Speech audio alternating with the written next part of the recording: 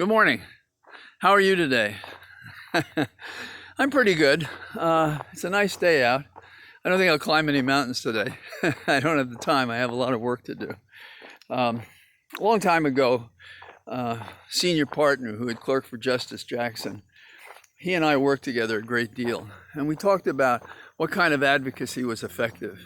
And we both agreed that you couldn't win the argument you didn't make. And in every case, there was a huge dead animal in the room, metaphorically speaking, and a lot of lawyers would avoid talking about that animal. And I think that's one of the problems we have with the confirmation hearings of Barrett. If I'm to believe what the press says and what Speaker Pelosi and Chuck Schumer said at public appearances recently, they intend to stay away from choice. They intend to stay away from her extreme religious beliefs.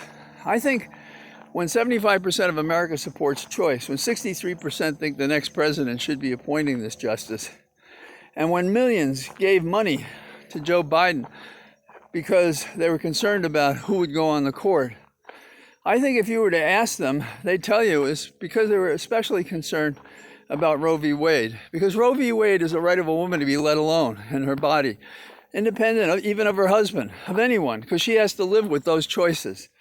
And to create a situation where there's no longer separation of church and state. And when then that's at risk, that's a primary value of Democrats. It's not to the exclusion of the ACA. You can still fight about that.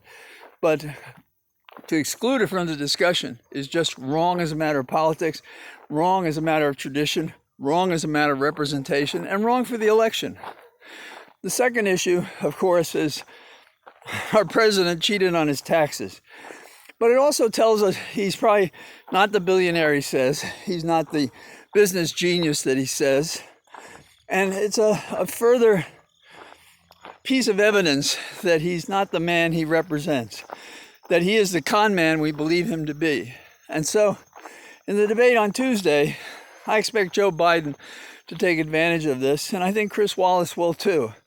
And I'm pulling for Joe, although I thought a debate was going to be a very precarious event, and I think it will be. But Trump's beaten down a bit now, even though he won't admit it, and we should close on him and take him out of his misery so that we can throw him out of office on November the 3rd. So I hope you're having a good day. Be well. I'll talk to you soon. Bye-bye.